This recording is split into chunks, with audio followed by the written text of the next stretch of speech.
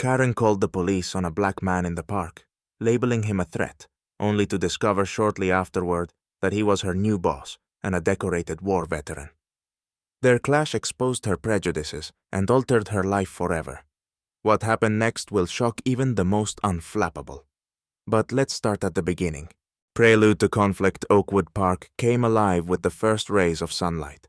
Karen Whitfield, dressed in expensive athletic sneakers and a perfectly pressed jacket, walked her usual route to her favorite bench by the pond.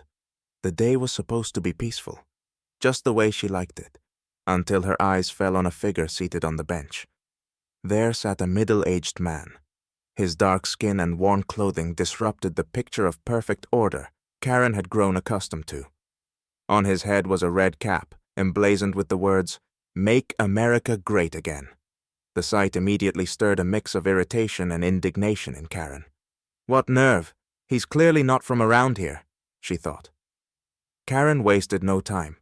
She approached the man with a loud, condescending tone, laced with barely veiled hostility. "Excuse me, but this bench isn't meant for people like you." The man raised his gaze calmly. "I'm sorry if I've upset you," he replied, his voice even. "I'm just waiting for a meeting." But Karen was already pulling out her phone, resolute in her belief that she was performing a good deed. "Yes, 911. There's a suspicious man in the park. He looks threatening. Yes, I think he's aggressive. Please send someone," she said, her voice trembling with feigned fear. The man, still seated, let out a tired sigh and clasped his hands on his knees. His expression betrayed nothing but weariness.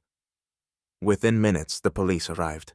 Karen stood nearby, her posture radiating victimhood.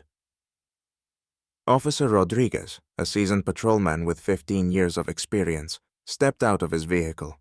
He surveyed the scene carefully. "Good morning, ma'am. What seems to be the issue?" he asked. Karen wasted no time. "This man was behaving suspiciously. I fear for my safety. I just want him removed," she declared. Rodriguez approached the man. "Your name, sir?" he asked politely. "James Brooks," the man replied. "I'm just waiting here for a meeting. I apologize if I've caused any trouble." Rodriguez froze for a moment. "You wouldn't happen to be a veteran, would you?" he asked. James nodded. "Yes, I served in the Marine Corps. 20 years. These words hit Rodriguez like a thunderclap. His tone shifted instantly to one of deep respect. Karen, confused by the change, interjected. "So what? That doesn't mean he can just sit here and ruin the park." Rodriguez turned to her, his voice firm. "Ma'am, this man has every right to be here. Threatening him or filing a false report is against the law."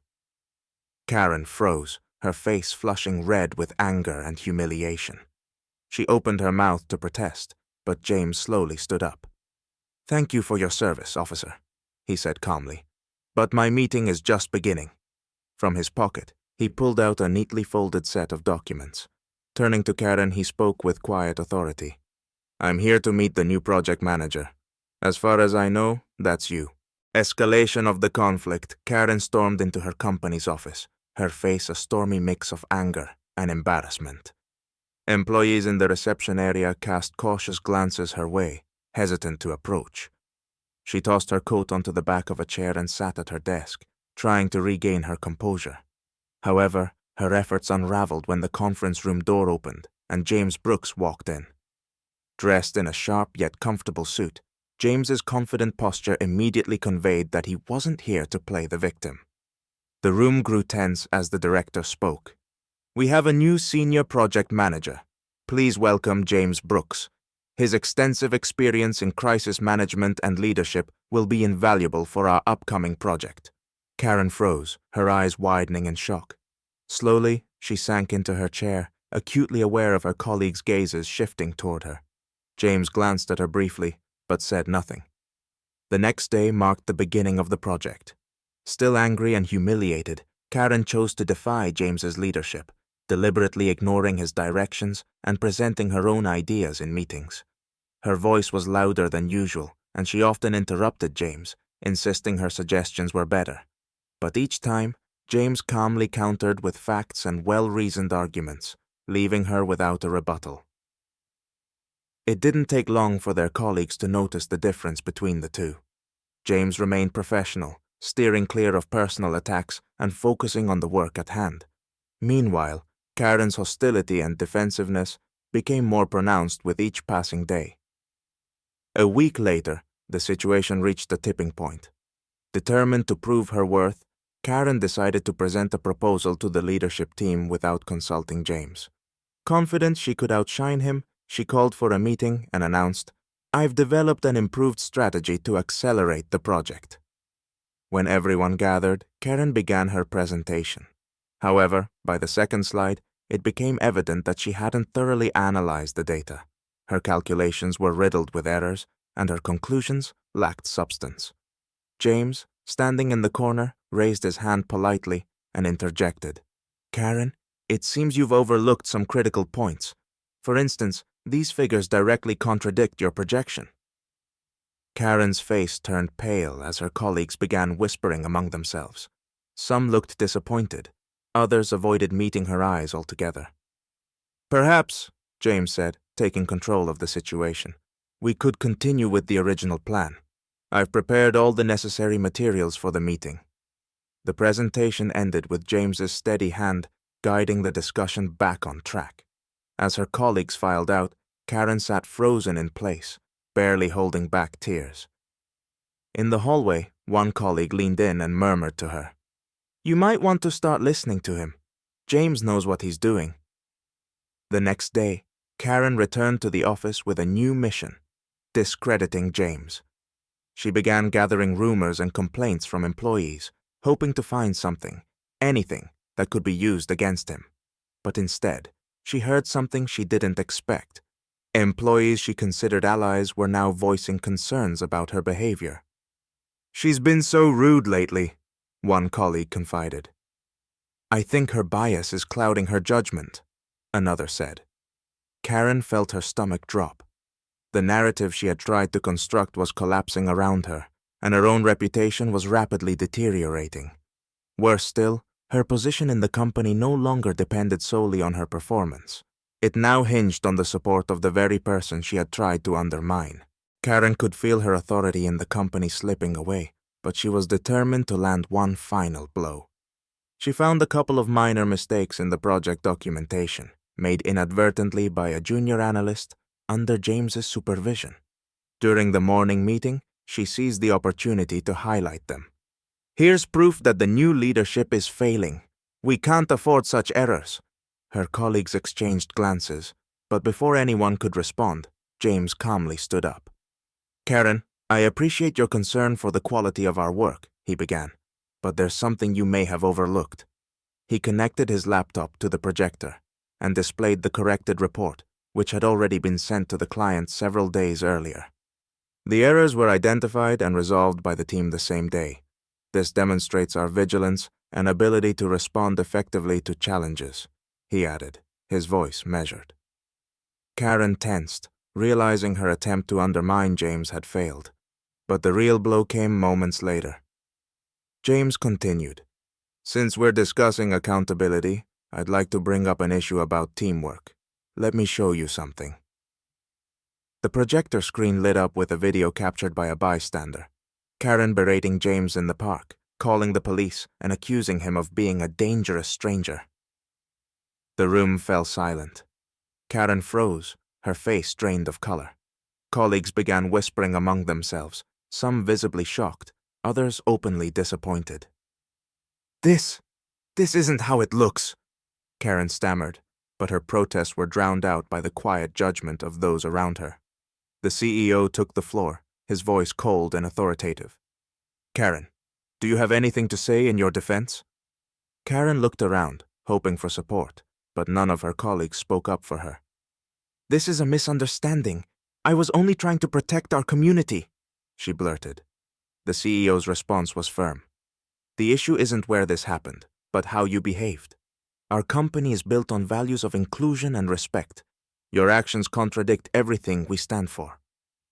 Karen tried to respond, but her voice was drowned out by the murmurs of disapproval. Her colleagues clearly supported James, who stood tall, composed, and resolute. "I have no choice but to suspend you pending a formal investigation," the CEO concluded. Karen left the room, feeling the weight of her colleagues' disapproving stares. Meanwhile, James received words of encouragement and support from employees, who began to see him not just as a leader, but as someone capable of standing up for himself and others. This moment marked a turning point. Karen realized that her habits of manipulation and belittlement would no longer work.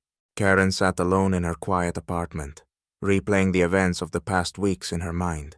Her phone had fallen silent. Friends and colleagues avoided her, and social media was awash with comments condemning her behavior. She reread the email from the CEO.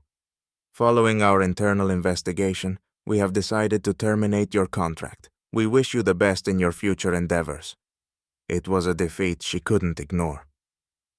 Yet Karen still had her pride and, faintly, a desire to change. She signed up for an inclusion and diversity training program, hoping to understand where she had gone wrong. During the first session, the instructor said, "The first step to change is admitting your mistakes and stopping the excuses." The words struck a chord. Over the next several weeks, Karen began to confront the depth of her biases and their impact. She studied stories of people who faced discrimination and realized how narrow her perspective had been. Slowly, her worldview began to shift. Meanwhile, at the company, James had not only solidified his role as a leader, but also became a source of inspiration for the team. He introduced initiatives to support veterans and organized training sessions for employees, fostering a culture of mutual respect and inclusion. Under his guidance, the team grew stronger and more cohesive. One day, Karen mustered the courage to write James a letter. In it, she apologized for her actions and thanked him for his professionalism and restraint during such a difficult time. She concluded, "I've come to understand my mistakes, and I'm working to improve myself. Thank you for showing me what true leadership looks like." To her surprise, James replied. His message was gracious but firm. "Apologies are important, but true change is seen through actions." Determined to prove she could change, Karen began volunteering at a veterans support center, spending time with people whose stories opened her eyes to the real challenges others face. She also launched a small initiative to support women in professional settings, using her time to help others as a way to atone for her mistakes. A year later, Karen and James crossed paths at a charity event hosted by a nonprofit organization. Their conversation was brief but cordial. As they parted ways, James offered her a small smile and said, "I'm glad to see you're continuing to grow." Those words stayed with Karen long after the event. She realized her journey was far from over, but she was moving in the right direction. What began as a story of conflict and prejudice had become a tale of transformation and redemption. For Karen, it wasn't just about making amends, it was about becoming a better version of herself, one step at a time,